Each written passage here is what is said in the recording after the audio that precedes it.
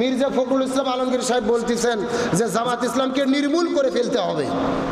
একসাথে 17 বছর আন্দোলন করলেন জামাত ইসলাম বিএনপি। এখন বিএনপি ক্ষমতায় যাওয়ার পরে মির্জা ফখরুল ইসলাম আলমগীর সাহেব বলতেছেন যে জামাত ইসলামকে নির্মূল করে ফেলতে হবে। শুনেছেন না? একসাথে থাকলেন, বন্ধুত্ব করলেন, সব ভালো ছিল।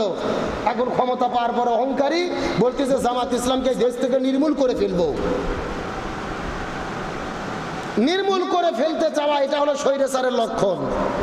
গত 17 বছর শেখ হাসিনা আর ফ্যাসিস্ট সরকার এমন কোন ষড়যন্ত্র নাই যেই বাংলাদেশে ইসলামী দল এবং মুসলমানদের বিরুদ্ধে করে নাই। এমনকি 2 তারিখে নিষিদ্ধ করলেন আর 5 তারিখে তারা দেশ ছেড়ে পালাতে বাধ্য হলেন। ফিরআউন ষড়যন্ত্র করে এই জমিন থেকে মুসা আলাইহিস সালামকে যেরকম নিশ্চিহ্ন করতে পারেনি, নমরুদ ষড়যন্ত্র করে ইব্রাহিম আলাইহিস সালামকে নিশ্চিহ্ন করতে পারেনি, আবু জেহেল ষড়যন্ত্র করে রাসূলকে নিশ্চিহ্ন করতে পারেনি, স্বৈরাচাররা ষড়যন্ত্র করে 17 বছরে এই বাংলা থেকে ইসলামকে নির্মূল করতে পারেনি। আবারও নতুন করে যারা ষড়যন্ত্র করবে তারাও ইসলামী দল ইসলামপন্থীদের নির্মূল করতে পারবে না, বরং তারাই নির্মূল হয়ে যাবে। এটা কার কথা? তারা মুখের ফুৎকার দিয়ে জমিন থেকে দ্বীন ইসলামকে নির্মূল করতে চায়, কিন্তু আল্লাহ তাআলা বলেন তারা যতই ষড়যন্ত্র করুক দ্বীন ইসলাম নির্মূল হবে না। এই জমিনে আল্লাহই তার দ্বীনকে প্রতিষ্ঠিত করবে, প্রজ্বলিত করবে। সুবহানাল্লাহ বলেন। এই জন্য আমাদের দায়িত্ব হলেন দ্বীনের পথে কাজ করে যাওয়া। আর যারা দ্বীনের বিরুদ্ধে দাঁড়াবেন, মুনাফিকি করবেন, যারা কাফের হবেন, আল্লাহ তাদেরকে ধ্বংস করে দেবেন ইনশাআল্লাহ। মুনাফিকদের লক্ষণ এবং আলামত আমি আপনাদের মধ্যে গত শুক্রবার বলছিলাম। যারা মুখে একরকম, অন্তরে আর এক রকম। ওপরে ওপরে বলে আপনাদের সাথে আছি, আবার তলে তলে যে আর এক দলের সাথে তোমাদের সাথে আছি। এদের কথা এবং কাজের মধ্যে কোনো মিল নাই। আল্লাহ সুবহানাহু ওয়া তাআলা এই মুনাফিকদের সম্পর্কে একটা দৃষ্টান্ত দিচ্ছেন। যেরকম ভাবে আমি আপনাদের মধ্যে উদাহরণ দিয়ে বোঝানোর চেষ্টা করি, আল্লাহ তাআলা এরকম চমৎকার কিছু উদাহরণ দিয়ে মুনাফিকদের বিষয় এ জাতির সামনে আলোচনা করেছেন। সুবহানাল্লাহ বলেন। আল্লাহ সুবহানাহু ওয়া তাআলা পবিত্র কোরআনুল কারীমের পরবর্তী আয়াতের মধ্যে আল্লাহ রাব্বুল আলামিন মুনাফিকদের আলামত সম্পর্কে চমৎকার করে বর্ণনা করে বলেন, মাসালুহুম কামাসালিল্লাযী, এই মুনাফিকদের লক্ষণ, মুনাফিকদের উদাহরণ হলো এমন মানুষ যারা এই জমিনের ভেতরে নূরকে, আলোকে প্রজ্বলিত করেন, আলো জ্বলিয়ে দেন, আর সেই আলোকে চতুর্দিকে তারা ছড়িয়ে ফেলেন। আল্লাহ তাআলা বলেন যাহাবাল্লাহু বিনূরিহিম, তারা যখন জমিনের মধ্যে আলোটা জ্বালাই দেয় আলো পাওয়ার জন্য, আমি আল্লাহ তাআলা তখন তাদের আলোকে নিভিয়ে দেই। ফি যুলুমাতিন লা ইয়াবসুরুন, আর এই অন্ধকার করে দেওয়ার কারণে তারা দেখতে পারে না। বলেন সুবহানাল্লাহ। মুনাফিক কারা বুঝতে গিয়ে আল্লাহ বলতেছে, মুনাফিক তারা, একটা উদাহরণ দিলে তোমরা বুঝবা যে কিছু লোক এক জায়গাতে আলো জ্বালাইলো অন্ধকারের দিন, রাতের বেলা একটা আলো জ্বালাইলে এলাকায় সব কিছু দেখা যায় কি যায় না, এবং সেই আলো চতুর্দিকে তারা ছড়িয়ে দিলেন। আল্লাহ বলতেছে আলো ছড়ানোর পরে আমি আল্লাহ আবার ওই আলোকে নিভে ফেলছি। সুবহানাল্লাহ বলেন। তখন তারা অন্ধকারে নিমজ্জিত হয়ে গেছে। তারপরে তারা চাইলেও আর দেখতে পারে না। এরপরে আল্লাহ রাব্বুল আলামিন কত চমৎকার করে বলেন, সুম্মুন বুকমুন উমিয়ুন ফাহুম লা ইয়ারজিউন, সুতরাং তারা চোখ থাকতে অন্ধ, মুখ থাকতে বধির, কান থাকতেই তারা স্মৃতি শক্তিহীন, দৃষ্টি শক্তিহীন, শ্রবণ শক্তিহীন। চোখ থাকতেই দেখে না, কান থাকতেই শোনে না, মুখ থাকতেই কথা বলে না। এরাই হলেন মুনাফিকের আলামতের ভেতরে। মুনাফিক কারা? চোখ থাকতেই দেখে না, মানে কি আসলে দেখে না, দেখে সত্যকে মুখ দিয়ে স্বীকার করে না। এর চোখ থাকাও যা, না থাকাও তাই, কান থাকাও যা, না থাকাও তাই, তার মন থাকাও যা, না থাকাও তাই। সুতরাং আল্লাহ তাআলা বললেন সুম্মুন বুকমুন উমিয়ুন ফাহুম লা ইয়ারজিউন, সুতরাং এদের কথা বলে আর লাভ নাই। এই মুনাফিকরা আর সঠিক পথে ফিরবে। এরকম মুনাফিক আমাদের সমাজে অহরহ আছে না নাই? আজকে যারা মুনাফিকি করে বলতো যারা এই বাংলাদেশে কোরআনের আইন চায় না, এখন আমরা প্রশ্ন করতে চাই, সংসদে তো দাবি করা হলো কোরআন দিয়ে দেশ চলুক, এখন এই দাবির পক্ষে তো যারাই রাজি হবে না তাদেরকেই আল্লাহর কাছে মুনাফিকের কাতারে দাঁড়াতে হবে। কারণ কোরআন যারা মানে না, আল্লাহর কোরআন বলেন ওমাল্লাম ইয়াহকুম বিমা আনজালাল্লাহু ফাউলাইকা হুমুল কাফিরুন ওমাল্লাম ইয়াহকুম বিমা আনজালাল্লাহু ফাউলাইকা হুমুজ জালিমুন ওমাল্লাম ইয়াহকুম বিমা আনজালাল্লাহু ফাউলাইকা হুমুল ফাসিকুন। কোরআন দিয়ে যারা জীবন চালায় না, কোরআন দিয়ে রাষ্ট্র পরিচালনা করে না, কোরআন দিয়ে বিচার করে না, এরা কাফের, এরা জালেম, এরা ফাসিক। ফতোয়া কার? সূরা মাইদা আয়াত নম্বর 45, 46, 47, 44 এই আয়াতগুলো খুলে দেখবেন আল্লাহর বক্তব্য। আল্লাহর কোরআন সূরা হজর 41 নম্বর আয়াত বলেছেন আল্লাযীনা ইম্মাক্কান্নাহুম ফিল আরদি আকামুস সালাহ। যদি কোনো মুসলমানেরা ক্ষমতায় যায়, চার কর্মসূচি বাস্তবায়ন করা লাগবে। কয়টা? আল্লাযীনা ইম্মাক্কান্নাহুম ফিল আরদি, 1 নম্বর নামাজ বাধ্যতামূলক কায়েম করতে হবে, 2 নম্বর যাকাত ভিত্তিক অর্থনীতি কায়েম করতে হবে, 3 নম্বর ভালো কাজ চালু করা লাগবে, 4 নম্বর মন্দ কাজ বন্ধ করা লাগবে। অধ্যাপক মুজিবুর রহমান নাইবে আমির বললেন পুরো কোরআন যদি চালু না হয় অন্তত এই 4টা কর্মসূচি বাংলাদেশে কায়েম করে দেখেন, এই দেশ পরিবর্তন হতে 24 ঘন্টা সময় লাগবে না। নামাজ বাধ্যতামূলক করেন, সমাজের অন্যায় দূর হবে।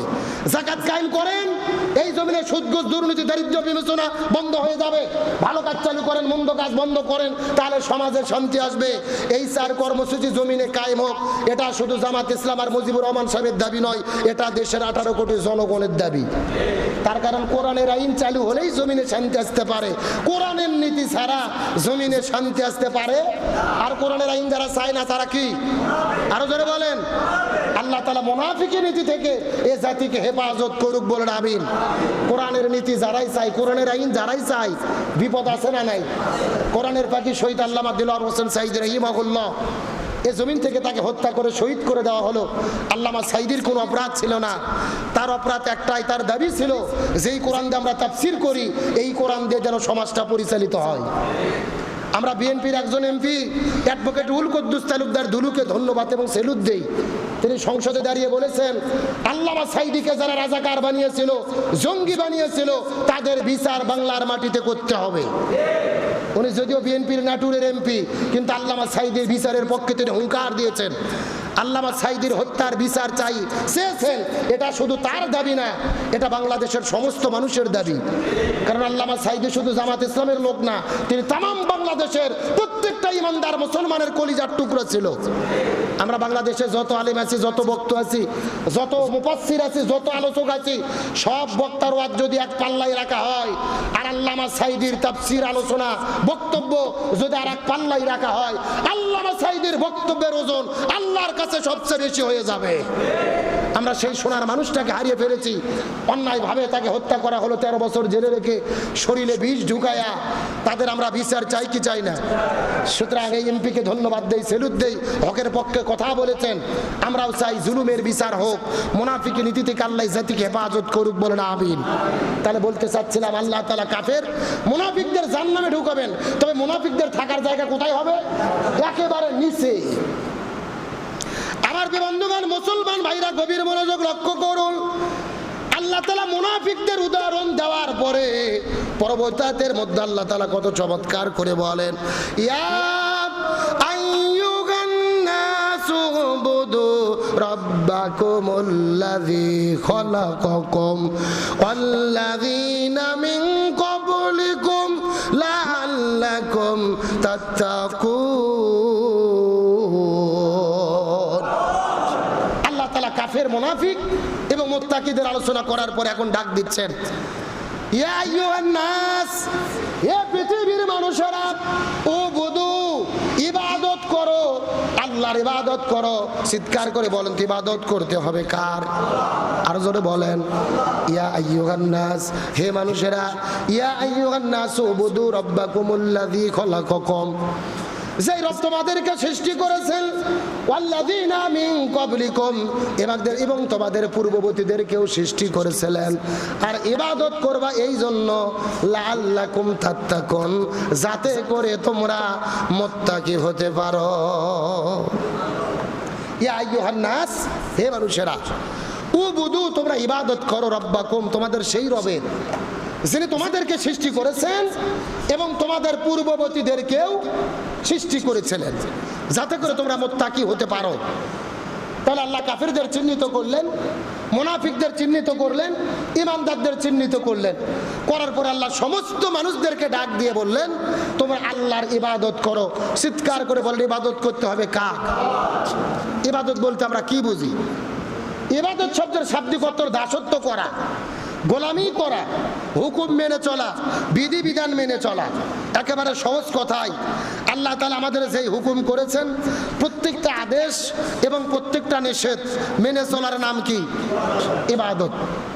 আল্লাহ তাআলা আমাদেরকে যে কোরআন দান করেছেন, এই কোরআনের ভেতরে 1000 আদেশ আছে, 1000 নিষেধ আছে। প্রত্যেকটা আদেশ এবং নিষেধ মেনে চলার নাম কি? সবাই কথা বলেন। কিন্তু বাংলাদেশের মানুষের ধারণা শুধুমাত্র নামাজ, রোজা, হজ, যাকাত, জিকির, তাসবিহ এগুলোই ইবাদত, এর বাইরে আর কোনো ইবাদত নাই। কিন্তু বিষয়টি এমন নয়। আল্লাহ তাআলা কোরআনে যত আদেশ করেছেন, যত নিষেধ করেছেন, হাদিসের ভিতরে রাসূল যত আদেশ করেছেন, যত নিষেধ করেছেন, প্রত্যেকটা আদেশ এবং নিষেধ মেনে চলার নাম কি? সবাই বলেন। প্রত্যেকটা আদেশ নিষেধ মেনে চলার নাম ইবাদত। ইবাদত প্রধানত 5 প্রকার। যারা বলেন কয় প্রকার? মুখস্থ করেন কয় প্রকার? 1 নম্বর ব্যক্তিগত ইবাদত, 2 নম্বর পারিবারিক ইবাদত, 3 নম্বর সামাজিক ইবাদত, 4 নম্বর রাজনৈতিক ইবাদত, 5 নম্বর অর্থনৈতিক ইবাদত। চিৎকার করে বলতে হবে ইবাদত কয় প্রকার? 1 নম্বর ব্যক্তিগত ইবাদত, 2 নম্বর পারিবারিক ইবাদত, 3 নম্বর সামাজিক ইবাদত, 4 নম্বর রাজনৈতিক ইবাদত, 5 নম্বর অর্থনৈতিক ইবাদত। এখন আসেন ব্যক্তিগত ইবাদত বলতে আমরা কি বুঝি? আল্লাহ তাআলা আমাদেরকে ব্যক্তিগতভাবে যত ইবাদত করতে বলেছেন, আকিমুস সালাহ ওয়া আতুজ যাকাত, নামাজ কায়েম করো, যাকাত প্রদান করো, কার কথা?